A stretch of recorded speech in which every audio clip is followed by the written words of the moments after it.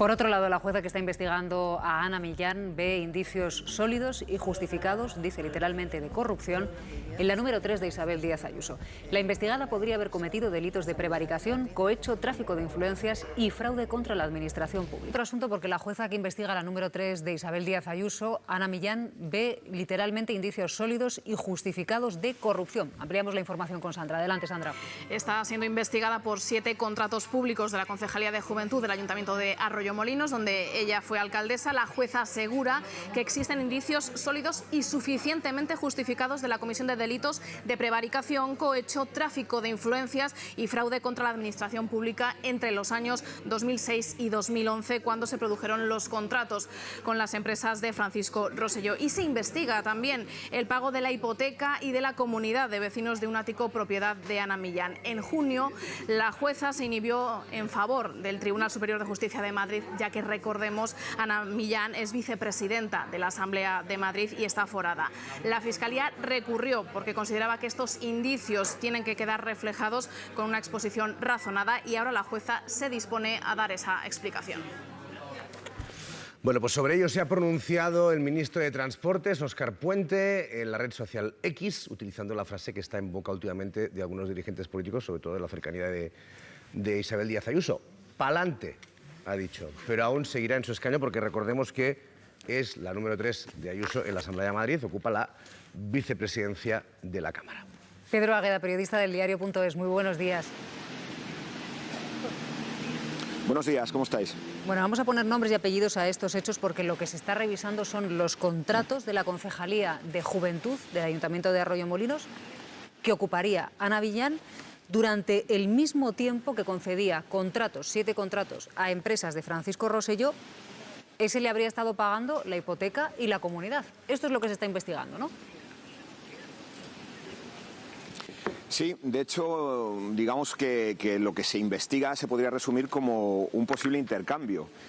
Ana Millán recibió el doble del precio de mercado de parte de un empresario de un ático que ella alquilaba en el centro de Arroyomolinos en la época de la concesión de los contratos. Al mismo tiempo, su hermana fue contratada por empresas de ese empresario que recibió más de 600.000 euros en contratos en esa época de la concejalía que dirigía Ana Millán, y en último y tercer lugar está su entonces pareja, hoy marido, que también fue contratado, se dedicaba, según declaró ella, al mundo de la noche, a la hostelería, fue contratado como bedel en un colegio por una empresa del empresario que también está investigado por corrupción junto a ella, y esos 3 elementos son los que suman la supuesta contraprestación a cambio de esos contratos. El alquiler por encima del precio de mercado, el contrato de su hermana, el contrato de su marido. Y luego, algo que destaca la Guardia Civil como importante, sospechoso y en lo que hay que seguir indagando, que son las cantidades de dinero en efectivo que durante unos años, unos 50.000 euros, ingresó la propia Ana Millán en el banco.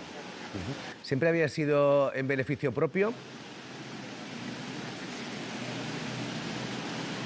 Bueno, para situar al telespectador en este caso, hay que decir que todo esto se produce porque el Partido Popular pierde el Ayuntamiento de Arroyomolinos en 2015, entra un gobierno liderado por Ciudadanos y encuentran, sacando 3 bolsas de basura de la concejalía de Ana Millán, a algunos empleados. Esa documentación se recupera y con esa documentación, unos meses más tarde, Ciudadanos acude a la Fiscalía porque cree que hay indicios de algo que tiene que ver con el caso Púnica, porque Ana Millán también se relacionaba con otro empresario que estuvo imputado en el caso Púnica hasta que falleció.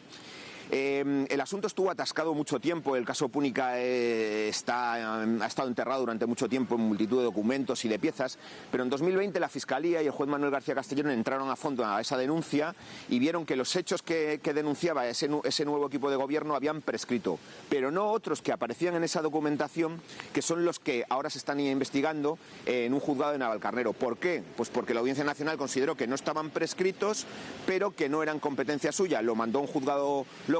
El juzgado local está investigando con la Unidad Central Operativa de la Guardia Civil durante 4 años. Hace 2 años imputó a Ana Millán y Ana Millán después se ha convertido en aforada porque Isabel Díaz Ayuso decidió colocarla, pese a su imputación, en un lugar muy alto de la última lista a las elecciones autonómicas. Así que ahora pasa a ser aforada y, como habéis contado, pues la jueza de Navalcarnero tiene que elevar una exposición razonada con todos los argumentos para que el TSJ de Madrid decida se imputa formalmente a Ana Millán.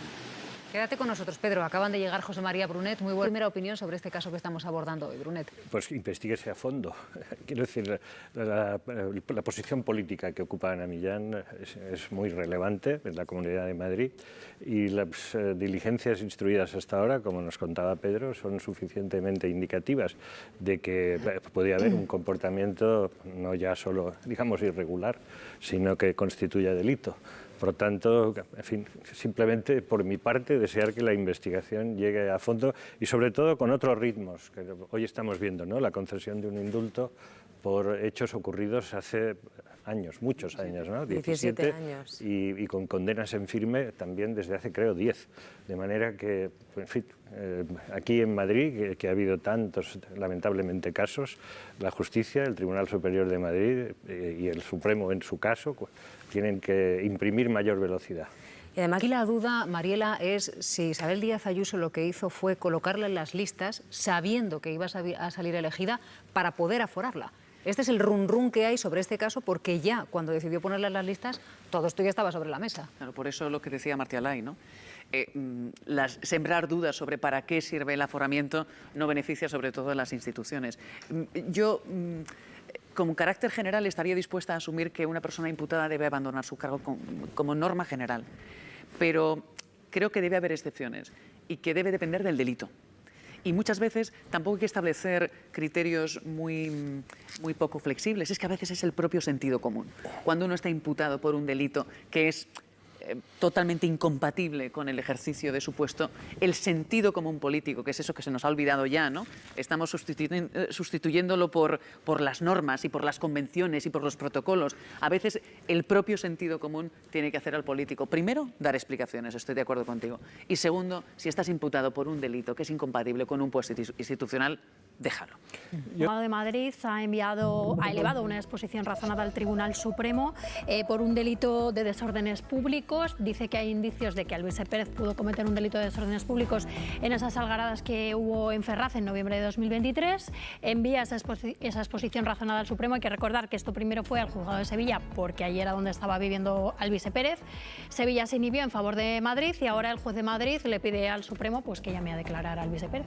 Esto es por su presencia en las protestas de Ferraz contra la ley de amnistía en su momento. ¿No? No tiene nada que ver con el tema de la financiación ilegal, presunta financiación ilegal de ese caso. Son otras causas que se están investigando en la Audiencia Nacional y a las que, bueno, pues ya el juez de la Audiencia Nacional ya le ha ofrecido ir a declarar voluntariamente, que es el paso previo a si no elevar exposición razonada, pero esto es otra causa, esto es por los desórdenes de Ferraz. Muchas gracias, Irma. Nada, a vosotros. Vamos a acercarnos a otro punto porque el Consejo de Ministros va a conceder hoy el indulto parcial a José Luis Peñas. Peñas es el exconcejal del Partido Popular en Majadahonda que destapó el caso Gürtel. Laura.